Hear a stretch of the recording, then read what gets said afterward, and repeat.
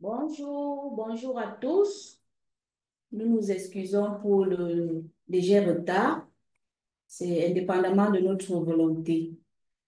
Je vous souhaite une excellente année 2025 et nous sommes ravis de vous avoir aussi nombreux en ce début d'année avec une nouvelle thématique aussi importante que les précédentes qui vise donc à dynamiser les acteurs de surveillance sur le terrain afin d'atteindre un objectif escompté tout au long de l'année 2025. Il s'agit donc du coaching. Et oui, le coaching pour l'amélioration des performances de la surveillance intégrée de la maladie et la riposte. Compte tenu des défis multiples à relever, nous savons bien combien ils sont nombreux ces défis, des plus simples aux plus complexes. Pour cela, nous avons le plaisir d'accueillir trois orateurs de renom et deux experts dont je prendrai le soin de vous les présenter. Alors, notre premier intervenant nous vient du ministère de la Santé publique, plus précisément de la direction de la promotion de la santé. Il s'agit donc de Myriam MS Njimeni, qui est médecin épidémiologiste de terrain, diplômé en coopération internationale. Son principal domaine d'expertise est la communication digitale et la lutte contre la désinformation scientifique, un aspect crucial pour la prévention et la gestion des crises sanitaires. Actuellement cadre à la direction de la promotion de la santé, elle met son expertise au service de la sensibilisation, la mobilisation sociale en faveur de la santé. Elle a été précédemment chargée de la surveillance des décès maternels et périnataux à la même direction. Chef d'équipe d'intervention rapide et responsable de la communication digitale dans le système de gestion de l'incident COVID-19 au Cameroun. Par ailleurs, elle est présidente fondatrice depuis près de 10 ans de YOEDA, Young of Health and Development of Africa, une organisation à but lucratif dédiée à la santé et au développement en Afrique qui mène des actions concrètes pour améliorer l'accès aux informations et aux soins, notamment pour les filles et les personnes vulnérables. Alors, bonjour, docteur Ndimini, et merci d'être parmi nous. Le second orateur nous vient de la direction de la lutte contre la maladie, les épidémies et les pandémies, du ministère de la Santé également, nommé M. Christian Mwangi. Christian Mwangi possède une expertise solide en gestion des données en contexte d'urgence sanitaire, illustré par son rôle de chef d'unité gestion des données au centre des opérations des urgences de santé publique. À ce poste, il se distingue par ses avancées rapides dans le domaine de la modélisation épidémiologique et de l'analyse des données. En utilisant donc des outils d'intelligence artificielle, notamment le machine learning. Plus de 10 ans d'expérience et un parcours atypique et enrichissant, M. Mwangi a développé des stratégies innovantes en coaching et d'accompagnement des régions visant à améliorer la qualité des données et les performances de la CIM-R. J'entends par CIM-R la surveillance intégrée de la maladie et la réponse. En général, avec des compétences pointues en leadership et team building, qu'il met donc au service des activités professionnelles. Et ce soir, il va évoquer le rôle du coaching dans l'amélioration des performances de surveillance épidémiologique. Bonjour, Monsieur Mwangi, et soyez les bienvenus. Alors, notre troisième intervenant nous vient de la délégation régionale de la santé publique, ingénieur informaticien et épidémiologiste de terrain, Monsieur Marius Malouard. Il est chef de bureau d'information sanitaire à la délégation régionale de la santé publique du littoral. Expert en analyse des données épidémiologiques, avec plus de 5 ans d'expérience, il a développé une expertise dans l'analyse géolocalisée des événements de santé publique. utilisant des outils tels que QGIS, Excel avancé et Python, que sais-je encore. Spécialisé dans la santé numérique, Monsieur Marius Maloir conçoit et développe des technologies innovantes pour l'amélioration de la qualité des soins de santé, des tableaux de bord interactifs et dynamiques pour le suivi, fournissant ainsi des informations précises en temps réel pour la prise de décision et très impliqué avec un dévouement sans pareil dans le coaching des acteurs du district de santé de la région du littoral. De ce fait, M. Mwangi va partager l'expérience du coaching dans la région du littoral, ses forces et ses défis. Soyez les bienvenus parmi nous, M. Maloir. À côté de nos orateurs, nous avons donc deux experts de renom. La première nous vient de l'OMS, Dr Ngono Doring, médecin épidémiologiste, actuellement consultante à l'OMS Cameroun et responsable de la surveillance épidémiologique, notamment pour la COVID-19 et ensuite pour les programmes des urgences. Avec 12 années d'expérience dans le domaine de la surveillance et la réponse aux urgences de santé, Dr Ngono Doring a été activement impliqué dans la réponse de l'épidémie d'Ebola en République démocratique du Congo et a joué un rôle essentiel dans la surveillance et la gestion de la réponse de la pandémie de COVID-19 en 2021 au Cameroun. Elle a préalablement occupé des postes de responsabilité au ministère de la Santé publique du Cameroun, d'abord comme chef de poste de santé aux frontières de Simalène, où elle a joué un rôle clé dans la gestion de la santé au point d'entrée pendant la crise Ebola en Afrique de l'Ouest. Elle a contribué à la mise en place d'un système de surveillance aux frontières et du suivi des contacts, renforçant ainsi l'effort de prévention et de contrôle de l'épidémie. Par ailleurs, chef service de surveillance épidémiologique au ministère de la Santé publique en 2021, où elle a contribué à la mise en place du coaching pour l'amélioration des performances de la CIMR. Elle va donc cet après-midi partager avec nous son expérience dans le domaine du coaching. Bienvenue parmi nous, Dr Ngono. Et le second expert, M. Luc Dibord-Bertrand, qui occupe le poste de gestionnaire de l'information au Bureau de coordination des affaires humanitaires à Yaoundé depuis 2023. Il travaille avec l'OMS, il a travaillé avec l'OMS tant au niveau national qu'international pour la riposte à l'épidémie de maladies à virus Ebola en République démocratique et la riposte à l'épidémie de COVID-19 au Cameroun et au Congo. On ne saurait le dire sans évoquer la lourde expérience acquise dans les institutions nationales où il a travaillé pendant plus de 10 ans dans le domaine de la santé, notamment à la direction de la lutte contre la maladie, les épidémies et les pandémies, et également au Centre de coordination des opérations d'urgence. Responsable national de la gestion des données de santé et point focal national CIMR pendant cette période au cours de laquelle il a été un acteur majeur dans le renforcement des capacités du personnel du niveau opérationnel et des résidents CAFETIPI, en CIMR et en gestion des données de santé. Et plus encore, il a participé à la mise en place du système de coaching, d'où sa présence parmi nous cet après-midi pour partager cette expérience. Pour conduire dans cette session, je suis Madame Kandom Flore, chef service surveillance épidémiologique par intérim, à la direction de la lutte contre la maladie, les épidémies et les pandémies du ministère de la Santé.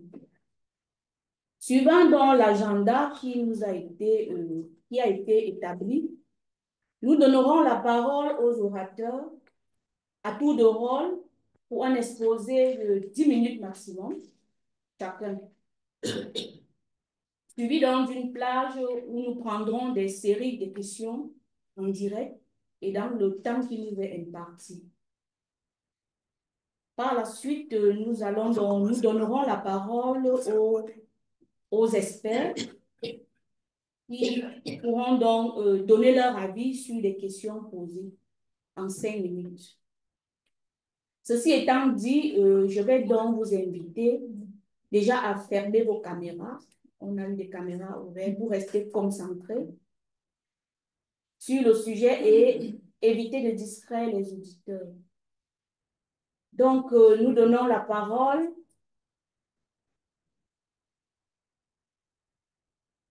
Dr Ndimeni Myriam pour la présentation sur le concept du coaching et les étapes de mise en œuvre. Je pense que tout à l'heure, elle avait quelques soucis de connexion. Est-ce que Dr Ndimeni a pu se connecter?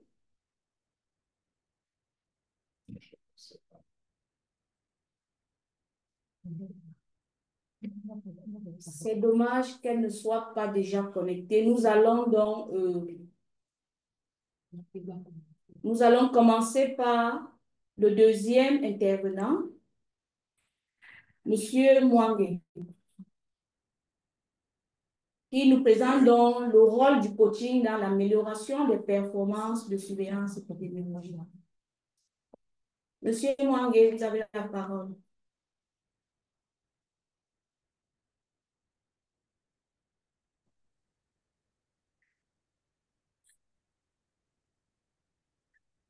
Merci pour la parole donnée. Vous pouvez mettre en mode diapo.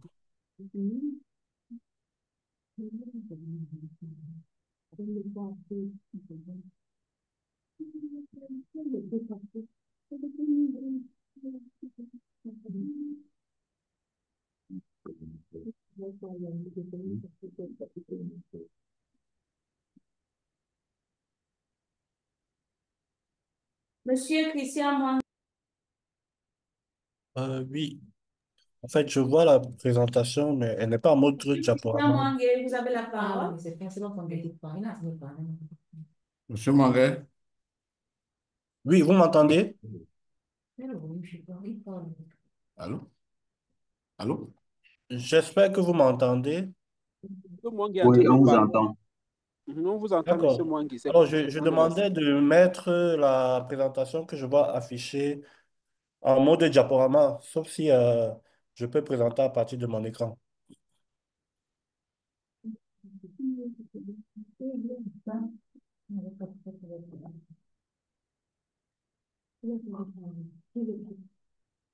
Donc, si vous pouvez vous déconnecter.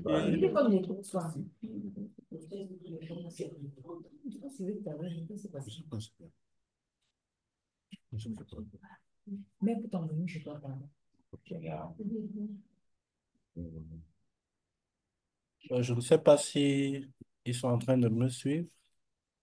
Oui, nous écoutons Nous vous perfectement. écoutons très bien, Monsieur Mwangue. 10 sur 10. C'est bon, monsieur, moi, une mission vous écoute. D'accord.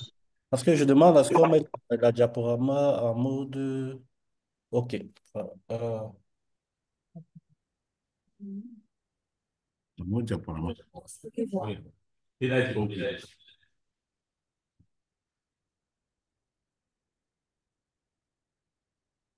C'est bon. Faut aller.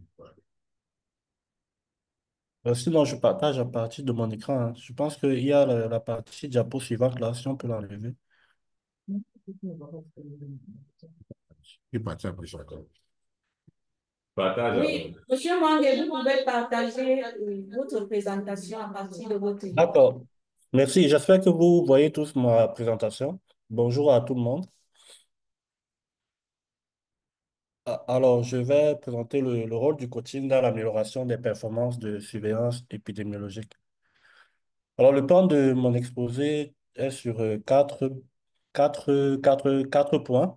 Le premier sur le contexte, le deuxième, les principes fondamentaux du coaching, l'apport du coaching dans la surveillance, les perspectives et puis une conclusion.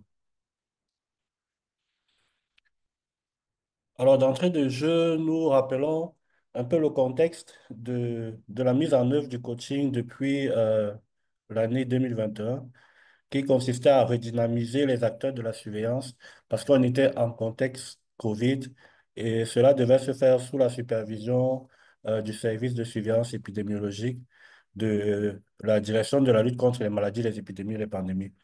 Il faut dire que le temps a passé entre-temps et puis en 2023, nous avons pu faire des analyses qui nous montraient que environ 41% des mappés qui nécessitaient une investigation n'ont pas été investigués. Nous avons également remarqué que en moyenne, 30% des régions ne partageaient pas régulièrement leur synthèse de coaching. Également, nous avons remarqué que les données erronées dans le DHS2 prenaient en moyenne 3 semaines pour être corrigées. Nous voyons également dans le contexte que avec le turnover, seulement environ 10% du personnel actuel de la sous-direction de la lutte et, des épidémies et des pandémies avaient reçu une formation sur le coaching. Et donc, avec la fiche de notification des MAPE qui est passée de 2 variables à 18 variables en début 2024, et on a introduit également beaucoup de nouveautés dans la surveillance de routine, notamment le suivi des données du laboratoire, le tracker CBS, entendu Case-Based Surveillance, qui était quelque chose de nouveau dans le DHS2. On a introduit également la surveillance sentinelle sur quelques sites et les fiches de suivi des investigations de surveillance à base communautaire. Donc, vous pouvez vous rendre compte, beaucoup d'acteurs de la surveillance savent que il y a eu beaucoup de mises à jour en termes d'outils de surveillance épidémiologique. Donc, c'est tout ça qui constituait à ce jour le contexte dans lequel nous nous sommes et d'où la nécessité de maintenir, d'avoir créé en 2021, de redynamiser déjà en 2021 et puis continuer à ce jour le coaching. Alors, quels sont les principes fondamentaux du coaching? Il faut dire que la présentation précédente qui devait avoir lieu revenait un peu sur les thèmes de référence, la sélection du choix des coachs, les principes de coaching. Donc, c'était une présentation où on déroulait tout le contexte du coaching, mais je pense que Dr. Jimmy Lequel va revenir, elle va entrer dans plus d'amples informations. Mais j'ai voulu revenir encore en quelques points sur les principes fondamentaux du coaching en surveillance épidémiologique, notamment l'écoute active, parce qu'il est important d'identifier les besoins spécifiques des équipes régionales. Nous avons 10 régions au Cameroun. Vous avez vu le contexte qui a été énuméré. Chaque région a ses particularités. Nous avons, par exemple, au nord-ouest, sud-ouest, de gros soucis d'insécurité. Il y a des régions qui ont des soucis en termes de connexion Internet, de courant électrique même, en termes de personnel. Donc, il est important dans les fondamentaux du coaching de procéder à vraiment une écoute attentive, une écoute spécifique, une identification des besoins de chaque équipe de la région. Une approche participative également, parce qu'il est question de co-construire des solutions adaptées aux réalités locales. Donc, il y a des solutions qui seront utilisées par tout le monde, mais il y a également des solutions bien spécifiques par rapport aux réalités qui ont été rencontrées dans différentes régions. Un autre point de ces fondamentaux, le troisième, c'est former les acteurs de la CIMR, former les acteurs à la CIMR et au coaching, parce qu'il est important, puisque c'est une notion assez nouvelle, que tous les acteurs impliqués dans la surveillance soient formés au coaching. C'est le cas aujourd'hui avec l'actualisation du guide CIMR. Il y a quelques régions actuellement qui sont en train d'être formées. On a déjà introduit des modules sur le coaching dans les formations de la CIMR, dont le renforcement des capacités est vraiment important. Et le dernier point sur les fondamentaux du coaching, c'est l'accompagnement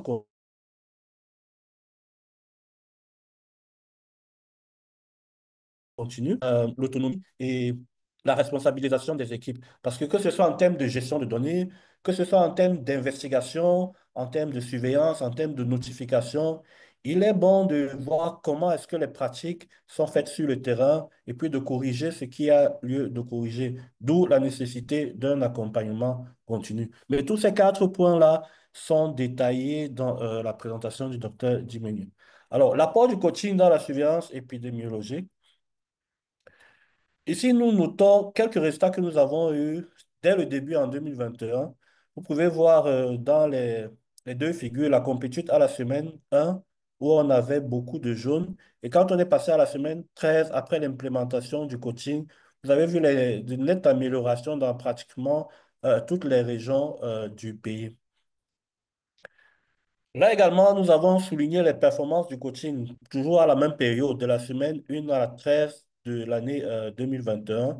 En jaune, vous voyez les efforts qui avaient été faits sur le coaching et on peut voir clairement en termes de compétition et de promptitude que partout, toutes les régions où le coaching était assez élevé, était assez régulier, les performances également ont augmenté et s'approchaient beaucoup plus des standards de 90 et 80 en termes de complétude et promptitude. Donc, on pouvait voir vraiment l'apport du coaching dans les performances des régions.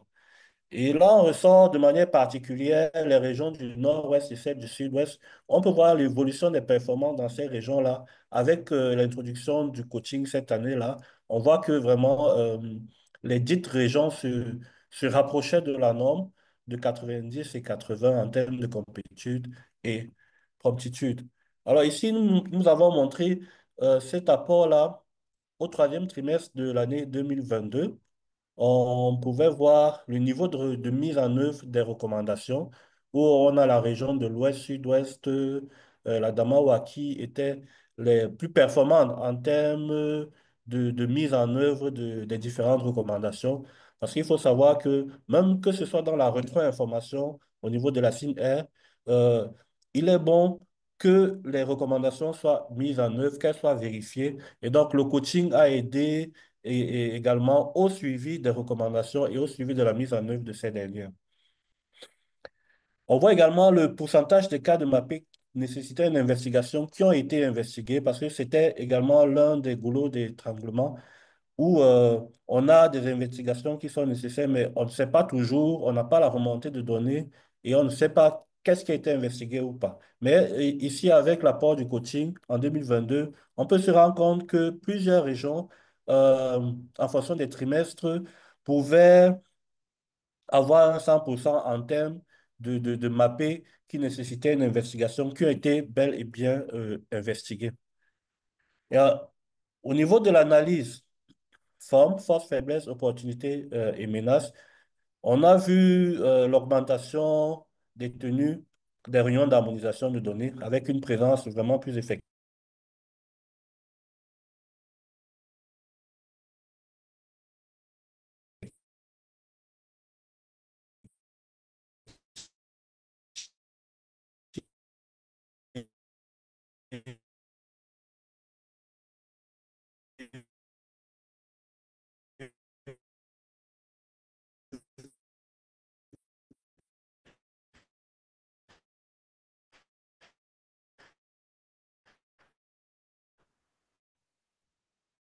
Dû également des résultats dans certaines régions, la faible transmission des rapports d'investigation et puis l'absence des fiches de suivi dans certaines régions. En termes d'opportunités, ce sont les formations des coachs, la documentation et les outils disponibles. Et les menaces dans certaines régions, on parlait de menaces d'insécurité, l'instabilité des réseaux de communication et puis surtout l'insuffisance des ressources de finances pour bien mener les activités de coaching.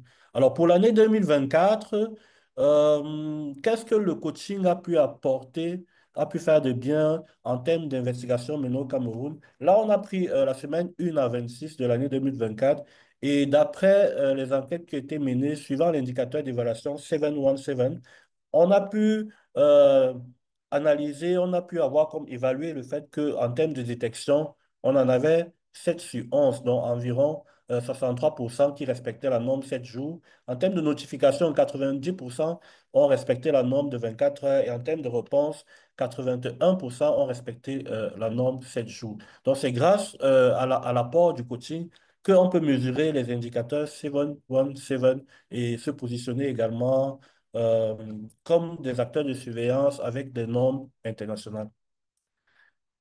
Pour ce qui est de l'analyse forme du coaching durant cette période-là, on peut voir clairement l'existence des documents normatifs parce que avec la mise en œuvre du coaching depuis 2021, il y a eu un guide qui a été mis sur pied, il y a eu des outils pour le coaching qui ont été mis sur pied, les réunions d'harmonisation, la présence des coachs à tous les niveaux. En matière de faiblesse, on parle de l'absence de formation des acteurs. Il faut aussi dire que le turnover du personnel fait qu'il faut être tout le temps en train de former le personnel arrivant. Donc, on a toujours les données aberrantes qui persiste. Donc, c'est vraiment l'un des gros soucis dans la mise en œuvre de la surveillance, avoir des données de qualité et surtout dans la modélisation aussi, parce que la modélisation exige qu'on ait des données de qualité. Donc, ça reste l'un de nos défis majeurs. Alors, la faiblesse dans le suivi des investigations menées et puis l'absence de formalisation et de désignation des points focaux, ça ne suit pas toujours. En termes de menaces, on est resté sur les mêmes, toujours l'insécurité dans certaines régions et puis l'instabilité des réseaux, avec comme opportunité l'appui des partenaires. Il y a des coquilles, veuillez nous en excuser. Au niveau des perspectives, nous pensons réviser le guide de coaching parce qu'aujourd'hui, il y a beaucoup de nouveautés. Par exemple, en termes de CREC, on va parler d'infodémie. En termes même d'outils, aujourd'hui, on parle de pipeline, on va parler d'interopérabilité sur tout ce qui est la eSIM-R. Donc, il est d'où l'importance de réviser le guide de coaching qui soit adapté aux réalités actuelles. Recycler également le personnel de tous les niveaux de la pyramide sanitaire sur le coaching selon les moyens disponibles. Créer également des réseaux de communication forts pour la collecte rapide et la transmission des informations épidémiologiques, car nous savons que en termes de surveillance épidémiologique, il est très important de respecter le 717. S'il y a des notifications à faire dans les 24 heures, il faut que cela soit respecté parce que ce sont des principes forts de la surveillance épidémiologique. Intégrer également les indicateurs de coaching dans la plateforme DHIS2. Donc, on sort un peu des fichiers Excel et des plateformes Kobo Collect et que nous puissions utiliser l'outil principal du pays qui est le DHIS2 pour justement renseigner les indicateurs du coaching. Mettre en place donc des systèmes de compensation et de reconnaissance pour encourager l'innovation et les actions positives dans la surveillance épidémiologique. Je me rappelle il y a quelques années que le ministre avait signé une lettre adressée à la région du Nord pour leur bonne performance pour le coaching. Je pense que cela avait galvanisé beaucoup cette région-là c'est très intéressant de recevoir une note du ministre. Ça avait galvanisé effectivement la dite région. En guise de conclusion, nous disons que le coaching est une stratégie clé pour transformer les performances de surveillance épidémiologique. Et nous recommandons donc qu'il faut intégrer le coaching dans les plans de renforcement des systèmes de santé, notamment en mettant en place un réseau de coachs spécialisés pour accompagner les équipes à tous les niveaux. Il faut également prioriser l'évaluation continue pour pérenniser ces acquis-là. Donc, voilà ce qui avait été prévu pour nous. Je vous remercie pour votre attention.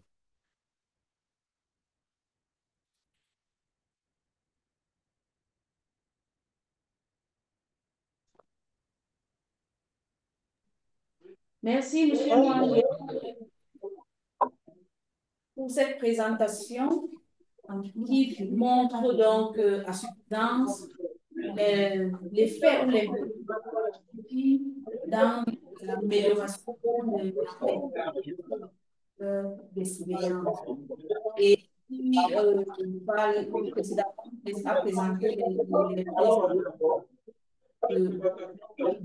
notamment l'écoute, des capacités des acteurs et surtout l'accompagnement continu au quotidien spécifique pour permettre de rester dans les notamment le 717 évoqué, la détection précoce de l'identification et la réponse rapide et efficace. Donc, nous allons prendre comme ça notre troisième intervenant, étant donné que Dr Myriam ne nous a toujours pas rejoint. Nous allons passer à la présentation, le cas pratique de la région du littoral, avec Monsieur Malois, qui nous présente donc l'expérience pratique du coaching dans la région du littoral, Corse et Hainaut. Monsieur Malois, vous avez la parole.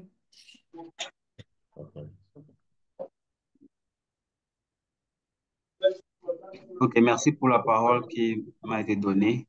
Il faut dire que ici, là, je vais porter la région sur mon dos en parlant de les activités du coaching qui sont menées au niveau de la région. Est-ce que mon écran est visible, s'il vous plaît? Oui, Alors, comme je disais tantôt, je vais porter la région sur mon dos. Je suis seulement représentant de la région. Je vais parler des activités de coaching dans la région littorale. Et c'est un privilège qui m'a été donné de parler de comment est-ce que nous faisons le coaching dans la région littorale. Alors, je vais me pencher sur les objectifs, les cibles, les mises en œuvre du coaching dans la région et je vais essayer de conclure avec vous. Alors, pour ce qui est de l'introduction, il faut dire que l'expérience de la région littorale s'appuie sur les pratiques quotidiennes du coaching. Il faut dire que le coaching est assez développé sur la région littorale, vu les différentes implications de la hiérarchie, monsieur le délégué, autres, et CFP et autres. Alors, les cibles pour cette présentation, c'est notamment, il y a un micro qui est ouvert, s'il vous plaît. Alors, les cibles considérées ici là, pour cette présentation, ce sont les points focaux suivants des 10 régions et les FOSA, les chefs 10, les équipes cadres des districts et également les autres cadres de la surveillance au niveau du ministère de la Santé. Alors, pour ce qui est de l'appui technique et la mise en œuvre du coaching dans la région littorale, il faut dire qu'il y a toute une équipe de coordination et cette équipe de coordination a les différentes responsabilités. Nous avons notamment le délégué régional qui supervise l'ensemble des activités de la région concernant le coaching. Il y a également le CEPLE qui est le coordinateur des activités épidémiologiques et de surveillance. Et nous avons également le chef CIPS qui est le superviseur pour la gestion et l'analyse des données sanitaires. Nous avons le chef BIS qui est moi-même, qui est le superviseur des activités de bureau d'information sanitaire, en fait, qui a le simple rôle de transformer les données en information. Nous avons également, nous avons pensé notamment à responsabiliser certaines personnes au niveau de la région pour ce qui est de suivre la qualité de données dans le système, dans le DHIS. Nous avons également responsabilisé une personne également pour le suivi et remonter des rapports hebdomadaires des MAP. Pour ce qui est des districts de santé, il faut dire que pour chaque district de santé, il faut décrire notamment, il faut apporter tous les éléments descriptifs des cas détectés au niveau des districts de santé, notamment, je vais appeler ça des caractérisations des cas et des décès dans le rapport. Et ces rapports sont utilisés pour la compilation et l'envoi des rapports de la région, les rapports épidémiologiques de la région au niveau central. Nous avons également une personne qui est responsable de la rédaction de la consultation des rapports et également qui fournit les feedbacks au niveau des districts de santé. Il faut dire que pour la mise en œuvre, l'accompagnement des districts dans l'application de la pratique du coaching au niveau de la région littorale, nous avons commencé déjà par désigner les coachs, je crois que c'était en 2022. Les coachs ont été désignés et même en 2024, on a désigné les coachs. Pour ce qui est de la région littorale, nous avons 2 coachs pour un district de santé. Également, nous avons également les coachs data qui sont 4 divisés par, qui sont responsables dans les différents districts de santé. Donc, nous avons les 24 districts par les coachs data. Et il faut dire que ces coachs-là sont également formés. Nous profitons de toutes les plateformes, c'est-à-dire réunions, ateliers, autres qui sont organisés au niveau de la région pour davantage former et coacher les coachs régionaux et les coachs des districts de santé également. Il faut dire que il y a également une activité de suivi et évaluation qui est mise au niveau des coachs pour savoir qu'est-ce qu'ils font au niveau des districts de santé, puisque les coachs des régions ont l'obligation au niveau de la région littorale de veiller à ce que toutes les activités de santé publique au niveau des districts de santé soient mises en œuvre et qu'il y ait un succès à ce niveau-là. Donc, ça a été une recommandation forte de monsieur le délégué, Dr Bijan. Alors, il faut dire que les formations sont continues. Comme on a dit, on profite de toutes les plateformes possibles pour pouvoir former les acteurs impliqués dans le coaching. Alors, comme outil dans le coaching, il faut dire que nous avons profité, pas profité, nous avons mis à disposition les différents outils que M. Mwanga a cité tantôt, le précédent orateur. Il a cité les différents outils et nous avons mis ça au niveau de la district de santé. Nous avons aussi pensé qu'il faut développer un petit SOP qui va permettre qui va permettre de détecter facilement pendant la notification des cas dans le DHIS, facilement les cas, les cas, disons, les cas des maladies dans le système, parce qu'il s'agissait ici là simplement de voir s'il y a un cas effectivement, ensuite de voir, de caractériser le cas dans tous ces normes en fait, et ensuite, en plus de ça, il fallait également notifier. Donc, le Le petit SOP également nous donne la possibilité de voir les différents seuils épidémiologiques, également de voir comment est-ce qu'on peut intervenir à notre niveau pour ne pas laisser passer les données à la fois aberrantes et les épidémies suspectes que nous pouvons détecter dans le DHIS à l'instant T. Il faut dire que dans le DHIS, nous avons également développer un tableau de bord dans le DHIS qui nous permet d'évaluer au jour le jour les notifications des cas des maladies à potentiel épidémique et autres. Et il faut dire que dans le littoral, on travaille presque 24 heures sur 24 parce qu'à toute heure où les données sont dans le système, toute l'équipe se met en place, même le dimanche, pour pouvoir contrôler les données. Ce qui fait que l'année passée, pour le coaching, on a eu des très bonnes... En fait, on pense avoir des très bonnes performances pour ce qui est du coaching, au niveau de la qualité des données surtout, et la complétude. Bon, pour ce qui est du coaching dans le cadre de la surveillance, il faut dire que je vais essayer de décrire ici comment ça se passe.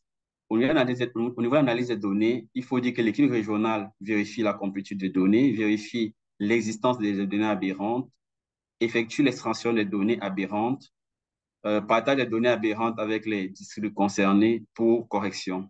Au niveau des districts de santé, ils identifient les FOSA, c'est-à-dire formations sanitaires impliquées, FOSA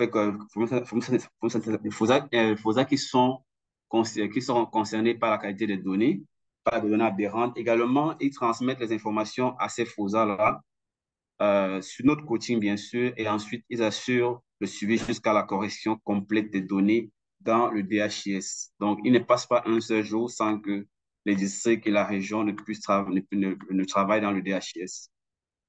Alors, pour ce qui est du triage et vérification des alertes, il faut dire que c'est une activité assez importante.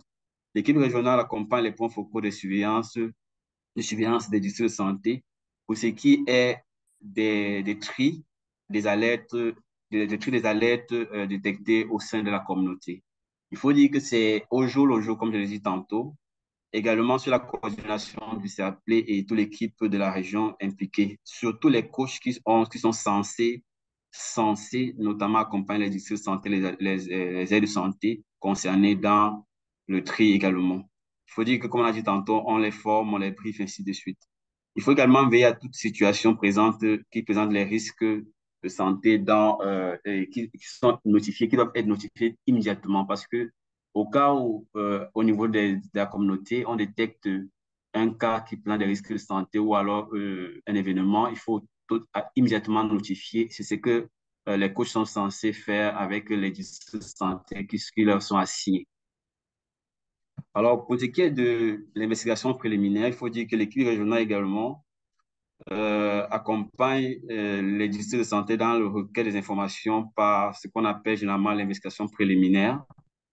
Ils font également ce qu'on appelle la rédaction et transmission des rapports d'investigation préliminaire aux instances compétentes. Donc, nous avons l'obligation de le faire, ce qui fait que les rapports qui sont générés à notre niveau sont des rapports assez détaillés pour qu'on puisse savoir les caractérisations des différents cas et savoir quelle est les mesures à prendre, quelle est la mesure à prendre. Alors, pour ce qui est des échantillons, le suivi des échantillons, il faut dire que de la même façon qu'on accompagne les districts dans l'investigation préliminaire, il faut aussi les accompagner dans le suivi des prélèvements des échantillons conformément aux normes et protocoles établis et l'acheminement vers le laboratoire approprié. Ça dépend du laboratoire, ça dépend du cas qu'il faut prélever. Alors, il faut dire que nous avons, pour mieux mener cette activité, nous avons mis des instances de feedback. Alors, à quoi nous sert le feedback au niveau de la région? Le feedback ici, là, nous sert à garantir la communication régulière des résultats obtenus et des performances réalisées. Elle nous sert à valoriser les efforts déployés par les acteurs impliqués. Monsieur Mangue a parlé tantôt de reconnaissance. Donc, on parle de reconnaissance. Elle nous sert aussi à reconnaître et à récompenser les meilleurs afin de promouvoir l'excellence. Il faut dire que les différentes plateformes d'échange au niveau de la région littorale. Nous avons les forats, WhatsApp, par exemple, le EBS littoral, qui est le forum pour la surveillance épidémiologique, les séances de coordination, c'est coordination littorale. Nous avons, etc. Nous avons également des réunions de coordination bi-hebdomadaires que nous faisons sous la supervision de M. le délégué régional de la santé publique, où tous les coachs assistent et les questions relatives aux différentes points ou différents cas où événements de surveillance sont posés et les réponses sont trouvées. Nous avons également les réunions hebdomadaires de surveillance avec les coachs également. Là, c'est coordonné par le CEPLE et tous les aspects liés à la surveillance, que ce soit les postes santé aux frontières, les programmes et les programmes, les points focaux et tout le monde, tous sont concernés par cette surveillance, par cette réunion-là et tous produisent un rapport de surveillance qui est présenté par le CEPLE lui-même. Nous avons également les revues des données hebdomadaires. Nous avons les réunions de coordination trimestrielle. C'est devenu semestriel parce que c'est pendant ces réunions-là que Monsieur le délégué, avec l'appui des différents responsables de la région, nous pouvons remettre les awards à toutes les personnes concernées par les meilleurs résultats. Donc, là, cette reconnaissance est évidente. L'année passée, nous avons fêté cela avec les différents promus. Et cette année, encore en juillet, je crois que ça sera encore organisé au niveau de la région littorale pour pouvoir primer les plus performants. Alors, voici un peu un résultat avant et après le coaching. Nous remarquons tout de suite qu'en 2020, vous pouvez remarquer que la promptitude de la région était vraiment bas. On était à une promptitude en 2020 de 61%, une promptitude de 21%. Nous sommes passés à une complétude carrément de 73%, une promptitude de 35%. Et ensuite, après le lancement du coaching, je crois que les nouveaux centrales ont été invités à ces formations-là. Nous sommes passés immédiatement à 83%, 50% de promptitude. Et après, nous sommes passés à 84%, ça, c'est pas grave. Mais il faut noter que le coaching a encore pris un élan avec, en 2024, énorme. Parce que nous sommes passés à presque 100% de complétude en 2024 euh, par l'implication de toutes les personnes concernées dans le coaching.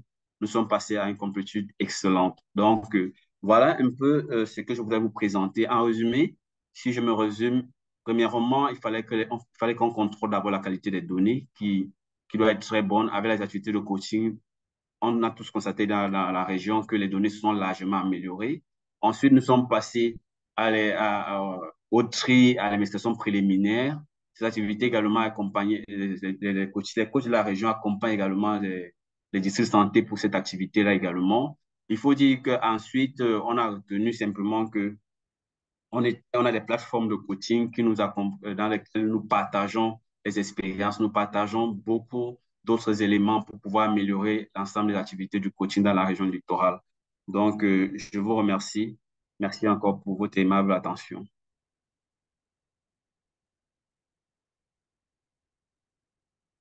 Allô?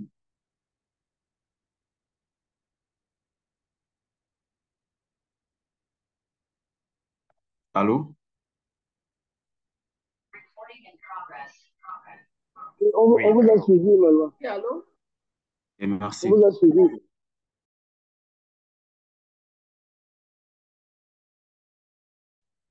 C'est 5 sur 5, on a suivi. On vous écoute. Je disais que j'ai fini. Merci beaucoup pour la parole qui m'a été donnée.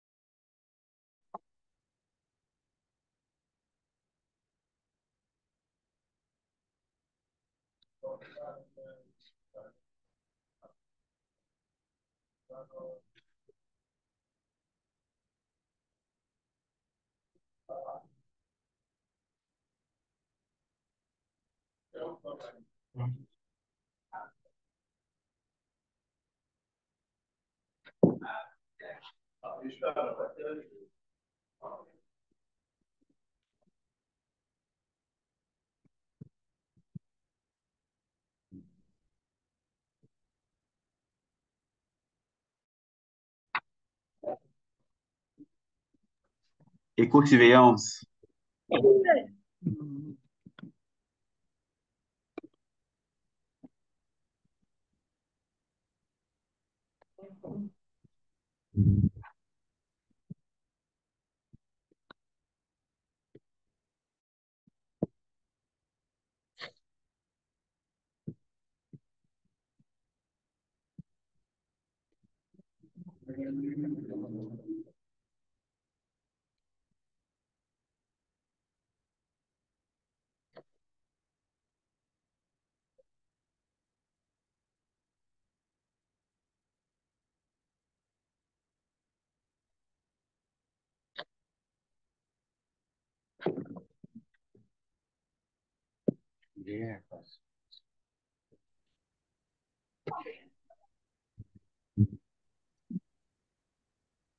Bonjour à tout le monde. Merci beaucoup, Madame la modératrice, pour la parole et merci de nous avoir accordé ce temps. C'était très intéressant pour nous de suivre comment est-ce que le coaching est mis en œuvre de façon opérationnelle au niveau central et au niveau des régions. Donc, nous allons revenir un peu dans la présentation sur le concept même du coaching des régions tel qu'il était conçu au départ et quelles ont été les différentes étapes de mise en œuvre depuis 2021.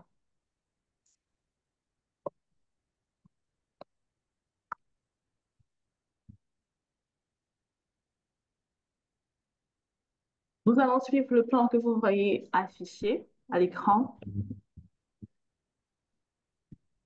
Il faut dire que, en guise de contexte, malgré les outils et les mécanismes existants, il y a eu plusieurs lacunes qui ont été observées pour la mise en œuvre efficace de la surveillance intégrée de la maladie et de la réponse. Alors, la question s'est posée sur comment est-ce qu'on pouvait améliorer ces performances. Nous étions également en plein contexte COVID-19 et il y avait une nécessité de redynamiser les différents acteurs de la CIMR, vu que les ressources, si vous vous souvenez, étaient vraiment engagé beaucoup plus dans la riposte de la pandémie COVID-19. Et ceci s'est fait sous la coordination du service de la surveillance épidémiologique au niveau de la sous-direction de la lutte contre les épidémies et les pandémies, au niveau de la DELMED que vous connaissez tous. Et je me souviens très bien, c'était une belle expérience avec Dr. Dorine Godon qui avait vraiment insisté pour qu'on remette en place ce concept qui existait auparavant, mais qui avait un peu été laissé de côté. On rappelle également la pyramide sanitaire parce que c'est essentiel, vu que c'est sur cette base qu'on a fait le coaching. Vous connaissez également cette figure qui montre comment est-ce que nous avons le système de santé qui est géré au Cameroun avec ses différents niveaux. Le niveau tertiaire qui est le niveau vraiment central. Ensuite, nous avons le niveau secondaire au niveau des différentes délégations régionales de santé publique. Le niveau primaire où nous avons les districts de santé. Bien entendu, nous avons également les différentes structures de santé qui sont reparties à ces différents niveaux. Pourquoi le coaching des régions au niveau de la CIMR? En fait, l'idée, c'était d'accompagner vraiment les acteurs de la surveillance à différents niveaux, surtout au niveau régional et au niveau des districts de santé, afin de renforcer les différentes capacités techniques et organisationnelles et aussi afin de prendre en compte les différents défis locaux auxquels ils étaient confrontés. Ainsi, le coaching a pour but de transformer en fait les directives nationales en des actions régionales concrètes. L'idée vraiment, c'est de pouvoir opérationnaliser les différentes politiques publiques en matière de surveillance et assurer une efficacité au niveau de la coordination et au niveau de la remontée des données. C'est important également de noter que le coaching des régions s'appuie sur les différentes étapes de la CIMR, que ce soit l'identification, la notification, l'analyse, l'interprétation, jusqu'au suivi et évaluation. Nous avons remarqué que le coaching était vraiment efficace, comme vous avez pu voir à travers les autres présentations. Cela a permis d'améliorer la rapidité au niveau des différentes étapes de la CIMR, mais aussi la précision des différentes alertes épidémiologiques. Pardon. On a pu voir notamment avec les épidémies de choléra et de COVID-19. Et on a également constaté une amélioration de la qualité des notifications des maladies sous surveillance, ainsi qu'une meilleure identification et traitement rapide des problèmes posés. L'objectif général du coaching, il faut le souligner, c'est d'améliorer les performances de la CIMR à tous les niveaux de la pyramide sanitaire. Donc, le coaching n'est pas juste au niveau de la qualité des données, mais c'est vraiment de prendre en compte de façon holistique la CIMR à tous les niveaux de la pyramide sanitaire. Donc, au niveau central, les objectifs spécifiques qui ont été retenus, c'était de soutenir la région dans la mise en œuvre de la CIMR, de l'accompagner également à identifier les problèmes, les rouleaux d'étranglement, ainsi que de les résoudre, améliorer les performances des acteurs qui pourraient être moins expérimentés, améliorer aussi l'utilisation du logiciel DHIS2. Il y a eu beaucoup de formations dans ce sens-là. Et de façon globale, on ne le dira jamais assez, soutenir la région dans la mise en œuvre de façon concrète de la CIMR. Nous avons essentiellement 4 piliers: l'évaluation des besoins, la formation personnalisée, l'accompagnement continu et la valorisation des succès locaux. Pour l'évaluation des besoins, essentiellement, c'est de pouvoir jauger des capacités existantes et d'identifier les lacunes spécifiques à chaque région. Vraiment, on a vraiment mis un point d'honneur pour que les problèmes soient spécifiques aux différentes régions, vu qu'ils sont différents. Il y a une formation personnalisée en vue de renforcer les compétences en surveillance, en collecte, analyse des données, grâce à des sessions ciblées comme celle-ci, ou un accompagnement personnalisé si besoin. Pour ce qui est de l'accompagnement continu, il y a une mise en place d'un suivi régulier pour résoudre les blocages et adapter les stratégies. Et enfin, valoriser les succès locaux à travers l'encouragement des initiatives régionales, aussi le partage de bonnes pratiques entre les régions. Quelles sont les parties prenantes du coaching? Nous avons à différents niveaux. Déjà au niveau central, les différents responsables, que ce soit les directeurs, les sous-directeurs, les chefs de service, les chefs de bureau, les cadres également, essentiellement de la sous-direction de la lutte contre les épidémies et les pandémies, mais aussi les points focaux et des autres sous-directions de la DELMEP. Les autres directions aussi sont impliquées. On a par exemple la direction de la santé familiale avec la surveillance des décès maternels et périnatals, et également le programme élargi de vaccination, pour ne citer que cela. On a également au niveau régional les CFP et les chefs bureaux d'information sanitaire qui sont impliqués et les partenaires techniques et financiers. Les différentes activités qui ont été mises en œuvre pour pouvoir asseoir le coaching des régions, on avait eu principalement la désignation des coachs centraux et régionaux à travers une note de service formelle qui était actualisée en fonction de la disponibilité des ressources humaines. On a eu la création d'un forum WhatsApp de coaching qui est extrêmement actif jusqu'à présent, qui compte une centaine de personnes impliquées dans la surveillance. Les échanges d'informations par téléphone, par courriel électronique avec les différents responsables qui sont vraiment suivis et archivés. Des réunions régulières entre les différents coachs régionaux et les représentants des districts de santé. Parce qu'il faut le rappeler, le coaching se fait, comme on l'a vu précédemment, à différents niveaux de la pyramide sanitaire, avec les coachs centraux, les coachs régionaux, mais aussi les responsables au niveau des districts de santé. On a également comme activité le partage d'informations et de documents de la CIMR à travers plusieurs canaux, que ce soit à travers le forum WhatsApp, par mail ou bien les fichiers physiques. On a une analyse hebdomadaire des performances de chaque région, l'encouragement pour une communication ouverte entre les accompagnateurs et les acteurs, les gratifications et l'organisation d'ateliers de renforcement de capacités.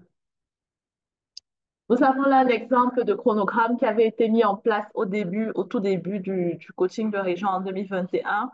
Normalement, le mardi, c'était la mise à jour de la situation du coach du niveau central avec les coachs du niveau de la région. Le jeudi, la réunion d'harmonisation des données qui est toujours en cours et avec un point important sur la correction des données aberrantes. Le vendredi, la participation à la célèbre réunion de coordination CIMR avec immédiatement un feedback qui est fait aux régions et les recommandations, et on continue le suivi et le coaching rapproché. Un petit point sur la réunion d'harmonisation des données qui est quand même un élément central dans le coaching des régions. Cette réunion est hebdomadaire, elle a eu lieu il y a de cela quelques minutes. Elle précède la réunion CIMR qui aura lieu demain. Les différents acteurs du niveau central et régional sont invités pour vraiment prendre part, non seulement pour faire le suivi des recommandations, mais aussi pour faire une évaluation hebdomadaire du coaching. Quels sont les faits saillants au niveau des maladies à potentiel épidémique qui ont été relevés? Quelles sont les difficultés rencontrées? Un autre point ici qui est souvent très important, c'est le point sur la qualité des données. Donc, avant de présenter les données à la réunion du vendredi matin, c'est quelles sont les données, comment est-ce que on a, quelle est la complétude, la promptitude, quelles sont les données aberrantes et comment est-ce qu'on peut les corriger avant de les présenter le lendemain.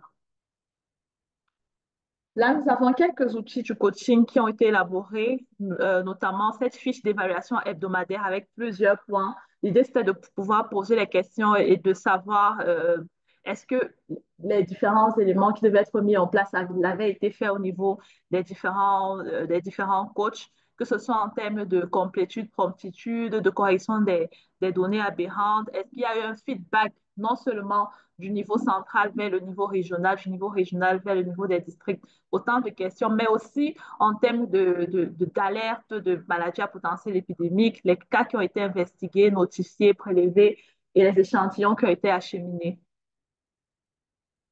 Un autre outil ici qui est intéressant de présenter, c'est le contrat de performance entre la sous-direction de la lutte contre les épidémies et les pandémies et les coachs centraux et régionaux. Bon, là, c'était pour la période allant de la 19e semaine à la 42e semaine épidémiologique. L'idée, en fait, c'était de formaliser cette action de coaching pour que ce ne soit pas juste une activité qui semble non importante, mais vraiment que ce soit une activité majeure en termes de CIMR. On revient sur quelques thèmes de référence des coachs centraux. Il fallait pour les coachs centraux partager et rappeler le lien CIMR au CFT, au chef du bureau des informations sanitaires en début de semaine et à la veille de la réunion CIMR, ce qui est toujours fait. Participer à la réunion d'harmonisation, s'assurer que la région ait reçu la situation épidémiologique nationale de la semaine précédente pour non seulement faire un état des lieux de sa propre situation, mais aussi pour comparer avec les performances des autres régions. S'assurer que les objectifs d'exhaustivité et d'actualité des données régionales sont atteints dans le DHIS2. Le travail d'extraire les données erronées et incohérentes dans le DHIS2 pour correction. Améliorer la réactivité du système de surveillance et fournir des commentaires aux régions en fonction des performances. Là, nous avons un graphique qui présente un peu l'analyse des performances des coachs. Ici, l'idée est de pouvoir, que ce soit des coachs du niveau central ou du niveau régional, d'avoir une évaluation de leur motivation. Est-ce qu'ils sont motivés? Est-ce qu'ils font le travail à temps? Est-ce qu'il y a les ressources nécessaires pour pouvoir faire ce travail de suivi pour la CIMR? Comment est l'environnement de travail? Est-ce que, également, un point important, c'est comment est-ce qu'on sélectionne les coachs? Est-ce qu'ils sont bien sélectionnés? Est-ce qu'ils sont bien formés? Et lorsqu'ils sont formés, est-ce qu'on a véritablement un suivi pour pouvoir mettre en œuvre des mesures rapides pour faire des corrections ou bien pour faire des ajustements si besoin?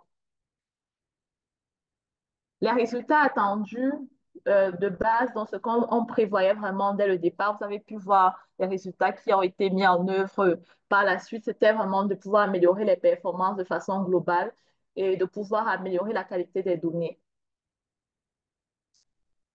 Donc, en guise de conclusion, nous dirons que le coaching des régions, c'est un processus innovant et participatif qui a vraiment permis non seulement d'améliorer les performances de façon globale, mais aussi d'améliorer les rapports entre les différents niveaux, de contribuer à l'amélioration des résultats de la CIMR.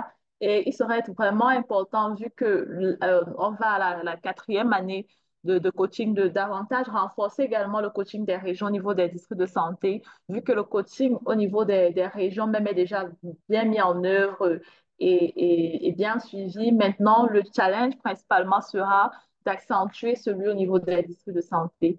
Merci beaucoup. Merci, Dr. Myriam, pour cette présentation qui montre à suffisance que le coaching permet d'améliorer les performances de la surveillance et doit être mis en œuvre à tous les niveaux, niveau central, niveau intermédiaire, niveau opérationnel, et consiste à l'accompagnement continu des acteurs pour renforcer leurs capacités, non seulement techniques, mais organisationnelles, tout en s'appuyant sur leurs besoins et leurs défis locaux. Donc, voilà donc présenté la partie concept du coaching et les étapes de mise en œuvre. Donc, actuellement, nous allons largement déborder sur le temps. Nous allons passer à la...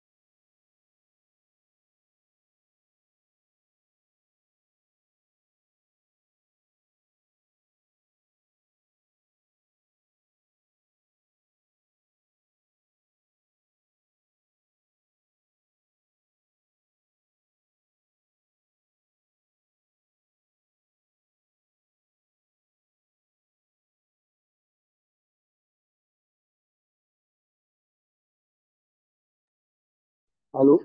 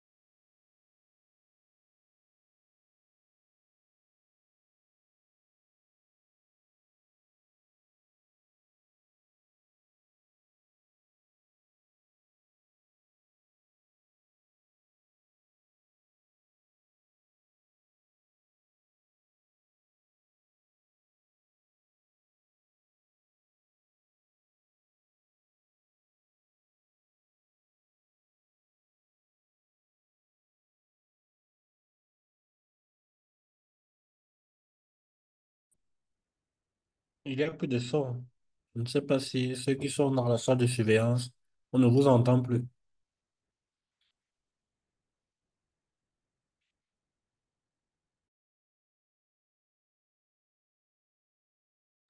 Allô?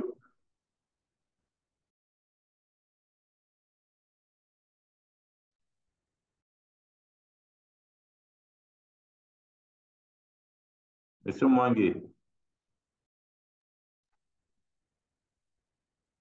Alors,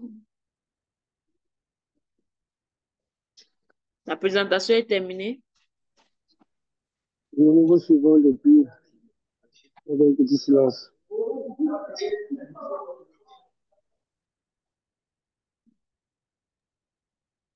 pense que c'est un problème de réseau.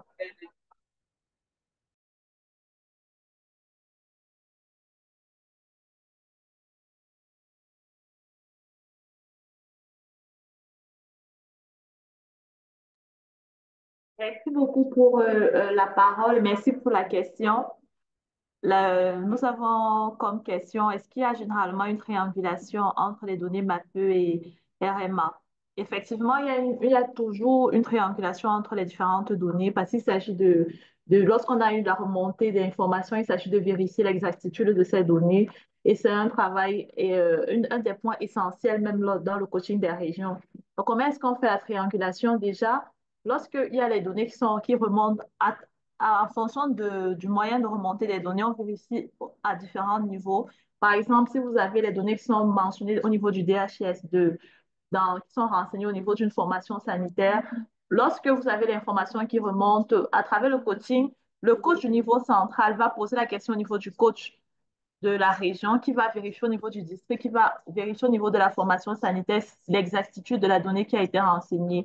Maintenant, on compare également avec les fiches qui sont utilisées. Si par exemple, ce sont des données de choléra ou bien d'une autre épidémie, on verra s'il y a des fiches de notification qui ont également été renseignées par rapport à ce point qui a été mentionné dans le DHIS2.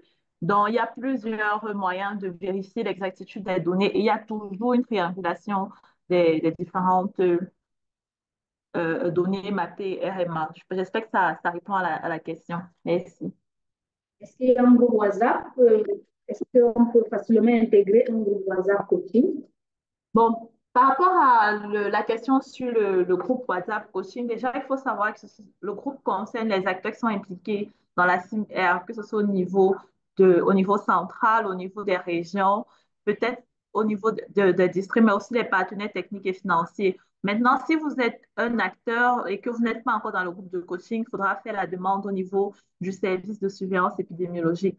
Donc, juste mettre votre email, votre numéro WhatsApp dans le chat et puis les responsables vous feront parvenir ce qu'il vous faut pour prendre part à ce groupe WhatsApp. Merci. Merci, docteur Myriam Djimeni, pour ces éléments de réponse. Nous pouvons encore prendre deux ou trois questions avant de passer la parole aux experts pour pouvoir apporter des éclaircissements en ce qui concerne le coaching.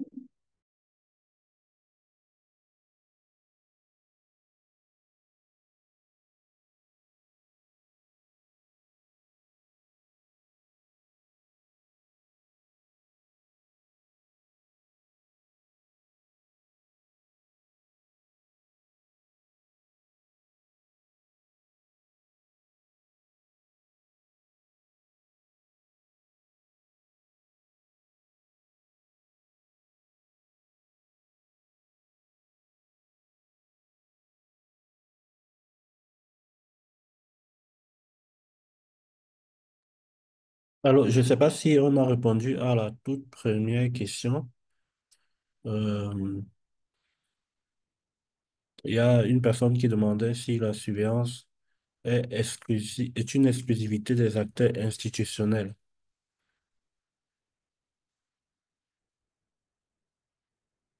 Oui, monsieur Mwangue. On vous écoute, monsieur Mwangi. D'accord, donc je vais juste rappeler que le concept de coaching est mis en place, comme cela a été dit dans les présentations, pour renforcer la surveillance intégrée de la maladie et de la riposte. Donc, qui dit renforcement, ça inclut donc tout le système de santé, pas des acteurs spécifiques uniquement. C'est vraiment tout le système de santé. Donc, on a la SFI, on a la SFE, donc on a le niveau communautaire dans la surveillance, parce que beaucoup d'alertes, beaucoup de signaux viennent de ce niveau-là. Donc, l'idée du coaching, c'est vraiment un travail d'accompagnement en cascade. Ça veut dire que qui se fait niveau central vers la région vers le district vers la communauté. Et donc, au niveau de la communauté, on peut avoir des agents de santé communautaires, on peut avoir plusieurs autres institutions. Il faut dire que, par exemple, dans la région du littoral, je pense que c'est 80%, si je ne m'abuse, des formations sanitaires qui sont privées aussi. Donc, ça fait que ces acteurs, puisqu'ils travaillent pour la santé publique, ce sont des acteurs qui sont fortement impliqués. Donc, la société civile, les, tout ce qui est Plan Cameroun, tous ceux-là qui collaborent pour la santé communautaire également, donc tous sont impliqués. Mais maintenant, la mise en œuvre du coaching voudrait qu'on commence quelque part. Donc, on ne peut pas mettre en œuvre une activité et qui va marcher dans la phase pilote à tous les niveaux. Donc, on a commencé à un certain niveau parce que justement, il faut également des ressources financières, il faut des ressources techniques. On a commencé à un certain niveau, on évalue ce niveau-là et puis on voit comment mettre en œuvre à un autre niveau. Donc, c'est un peu ça le but. À la longue, plus les années passent, plus il va être mis à niveau dans toute la pyramide sanitaire. Donc voilà ce que je pourrais répondre pour cette question-là, cette première question. À vous, merci. Merci, Monsieur Mwangue, pour ces éléments de réponse. Je crois que nous n'allons plus passer la parole aux auditeurs. Nous allons directement prendre euh, l'avis des experts. Alors, nous donnons la parole à Dr. Ngono Dorine. Bon après-midi à tout le monde. Merci, Flore, de nous passer la parole. Euh, je vais d'abord féliciter tous les présentateurs et les orateurs pour leur présentation, et particulièrement M. Maloa de la région du littoral qui nous a donné un réel aperçu de comment est-ce que la stratégie que nous avions pensée en 2021 a été mise en œuvre et les résultats que cela a produit. Je n'ai pas grand-chose à rajouter à tout ce qui a déjà été dit. Peut-être insister sur le coaching n'est pas un terme particulier à la surveillance. C'est le terme qu'on connaît tous. Le coaching, tout le monde est coach aujourd'hui, coach de vie, coach de bien-être, coach c'est accompagnement. Donc en 2021, ils l'ont déjà dit, tout le monde était focalisé sur la COVID. On n'avait même plus les réunions de CIMR, si je me souviens très bien. Les réunions d'harmonisation des données ne se tenaient plus du fait que on entrait les données dans le DHIS2 et toutes ces données étaient directement visualisées par le niveau central. Donc, le niveau régional et opérationnel ne trouvait même plus nécessaire de revenir vérifier la cohérence des données qui étaient rentrées par les formations sanitaires. Donc, on se retrouvait au niveau central avec des données qui n'étaient pas du tout cohérentes. Donc, c'est d'où est partie cette idée d'accompagner de façon spécifique le niveau régional et opérationnel. C'est vrai qu'on a appelé ça coaching des régions, mais ce n'est pas la région qui rentre les données dans le DHIS2. Ce n'est pas la région qui va descendre faire la première investigation lorsqu'il y a des cas suspects. Donc, le niveau central ne veut pas traverser la région pour aller dans la communauté. Donc, c'est une cascade, comme les collègues l'ont mentionné, le central qui définit les politiques, les guides, les stratégies, transmet ça au coach régional. La région va se rassurer que le niveau district a bien compris et mis en œuvre, et ainsi de suite, le district, l'aire de santé et la communauté. Donc, c'est déjà quelque chose qui est mis en place parce que même quand il faut corriger les données, même quand vous regardez les indicateurs du coaching, investigation, ce n'est pas la région qui descend investiguer en premier lieu. Donc, c'est mis en place, même si le suivi, évaluation n'est pas encore aussi bien fait au niveau opérationnel qu'au niveau régional. C'est peut-être le point sur lequel j'allais insister. Et il faut dire qu'au-delà du groupe WhatsApp, les groupes WhatsApp restent formels. L'idée aussi derrière le coaching, c'était vraiment d'avoir que la région, que le coach régional, le busy, est quelqu'un de particulier à qui s'adresser lorsqu'il y a un problème. Généralement, quand moi je suis arrivée à la DLM, les communications étaient très, très officielles. On a la SEDLM, je crois que c'est la même adresse mail qui existe lorsque la région voulait communiquer avec la DLM, c'était via cette adresse-là. Et avec le turnover, on ne savait pas toujours à qui s'adresser. Donc, l'idée, c'était vraiment d'avoir à tous les niveaux de la pyramide sanitaire un vis-à-vis. Lorsque la région a un problème, qu'il ait le numéro de téléphone, quel que soit l'heure, de quelqu'un à qui appeler, qui à son tour va se référer au chef service surveillance ou au directeur ou au sous-directeur pour résoudre vraiment les problèmes de façon opérationnelle. Donc voilà, peut-être le petit point sur lequel je voulais insister, c'est vraiment un suivi euh, rapproché. J'ai aimé la partie de la région où ils ont parlé du suivi des échantillons. Le système de tracking, c'est le PEV. Il sait bien faire ça, le tracking des échantillons des maladies évitables par la vaccination qui savent remonter. On a beaucoup de problèmes avec les échantillons de choléra, de Mpox et autres on nous dit qu'il y a eu un cas suspect, mais on ne sait pas. Parfois, ça a été prélevé. Est-ce que c'est arrivé? Parfois, ça arrive une semaine plus tard. Donc, le coaching, en fait, c'est un système qui veut résoudre de façon holistique et intégrée les problèmes que rencontre la surveillance, en dehors de ce qu'on voit dans les livres. Comment est-ce que si la région du sud-ouest, par exemple, a des cas de Mpox et il a des difficultés à envoyer l'échantillon, il va appeler le coach du niveau central à qui va poser le problème et on va essayer ensemble de trouver la solution pour résoudre le problème là, et au-delà des procédures administratives. Donc, merci beaucoup. Je vais m'arrêter là pour le moment et répondre aux éventuelles questions s'il y en a.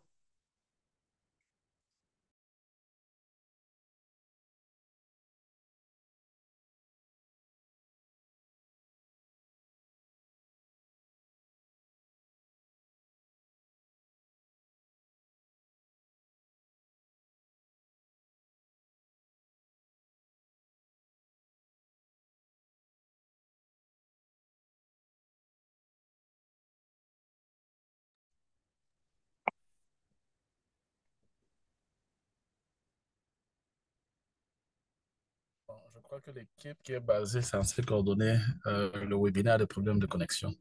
Je suis Luc Bertrand Diboc. Euh, je ne vais pas rajouter ce que Dorine a dit parce qu'elle a déjà assez brossé d'où vient le coaching. Le coaching commence avec la mise en place du DHIS2 comme outil national et les districts au niveau régional commencent à se désintéresser du fait que si la FOSA renseigne déjà ces données, est-ce qu'ils ont besoin encore de faire le suivi, le tracking de l'information? Et on se rend compte avec le temps que la qualité même des indicateurs de surveillance commence à baisser. Et c'est là où l'initiative se met sur pied et au fur et à mesure qu'on a commencé à intégrer d'autres systèmes, parce que tout le monde se focalise sur la surveillance fondée sur les indicateurs qui est faite au niveau de la formation sanitaire, on attend le patient qui vient.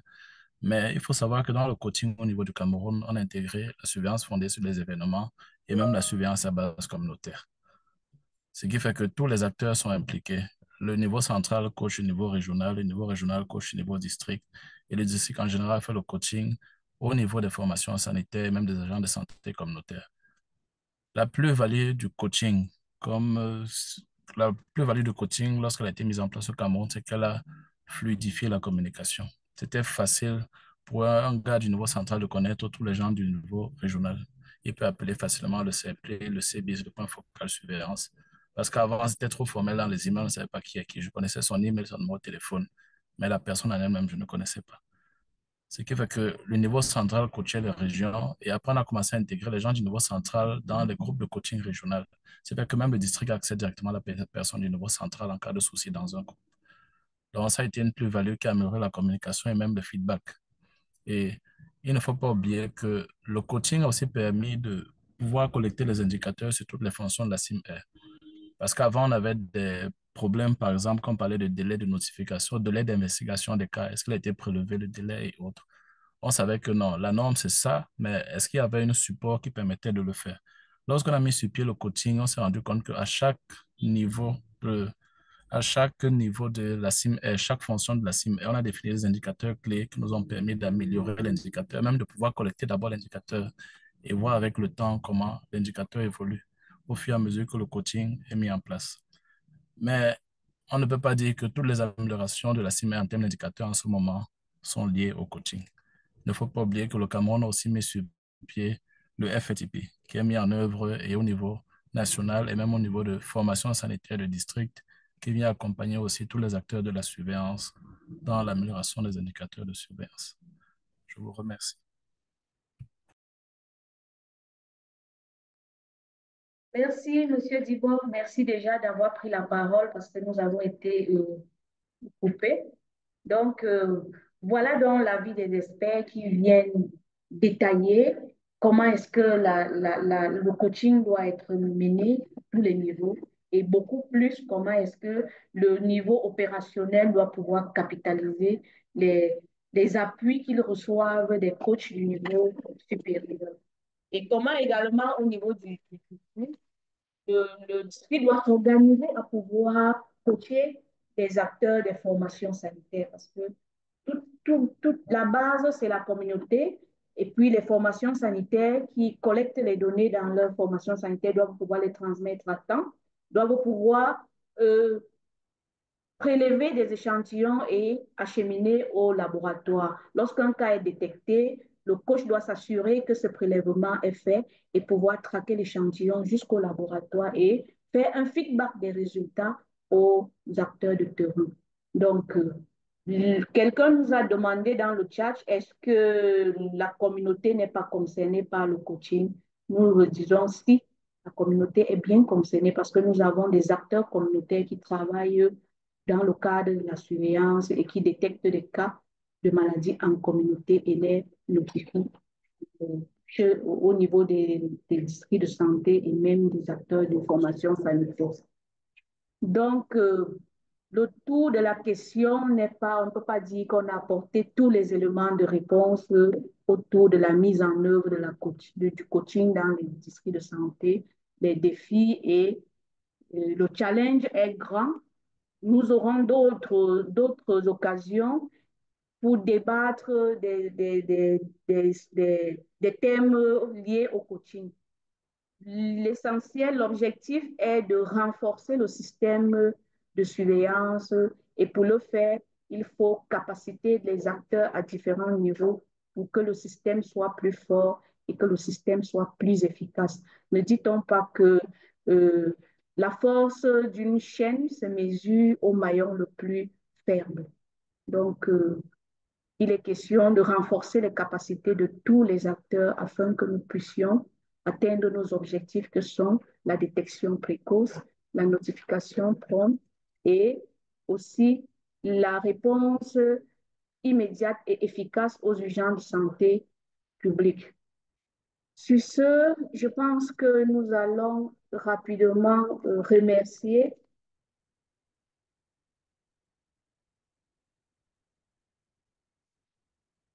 Avant peut-être de clôturer, je vais donner la parole à Dr Ndimeni qui a un point à faire passer. Merci beaucoup, Madame la modératrice, pour la parole. C'est juste rapidement un point. On a vu dans le chat, il y a beaucoup d'acteurs communautaires qui se sont plaints du fait que le coaching ne les prenait pas en compte. Et les agents de santé communautaire et les différents autres acteurs